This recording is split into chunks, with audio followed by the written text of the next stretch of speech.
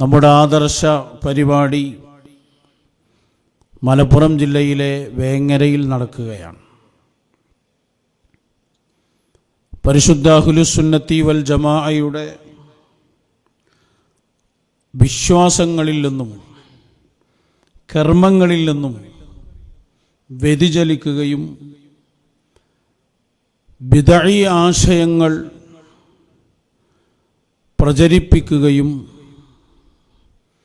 ബിദ്അഈ നേതാക്കളായ ഇബ്നു തൈമിയ്യ അടക്കമുള്ളവരെ വെള്ളപൂശുകയും ചെയ്ത വ്യാജ പണ്ഡിതന്മാർക്ക് സമസ്ത എന്നു പറയാൻ അധികാരമില്ല.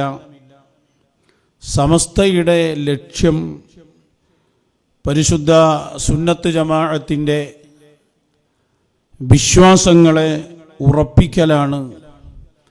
അതാണ് സമസ്തയുടെ സ്ഥാപിത ലക്ഷ്യമായി രേഖപ്പെടുത്തിയത്. അതിൽ നിന്ന് പൂർണ്ണമായി മാറി ബിദ്അത്തിൻ്റെ വക്താക്കളായി രൂപപ്പെട്ട AP വിഭാഗം മുസ്ലിം ജമാഅത്തിന് സമസ്ത എന്ന് പറയാൻ അധികാരമില്ലെന്നും ശംസുൽ ഉലമയും കണ്ണിയത്തുസ്താദും നേതൃത്വം നൽകുന്ന സമസ്തയിൽ നിന്ന് ഇറങ്ങിപ്പോന്നവർ എങ്ങനെയാണ് 100-ാം വാർഷികം ആഘോഷിക്കുക? അന്ന് ഗുരുവര്യരായ കണ്ണിയത്തുസ്താദും ശംസുൽ ഉലമയും നയിക്കുന്ന സമസ്തയിൽ നിന്ന് അവർ എന്തിന് ഇറങ്ങിപ്പോന്നു?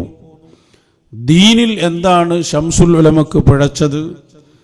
ഈ രൂപത്തിലുള്ള വളരെ പ്രധാനപ്പെട്ട കാര്യങ്ങളാണ് തിങ്കളാഴ്ച വേങ്ങരയിൽ നമുക്ക് സംസാരിക്കാനുള്ളത്.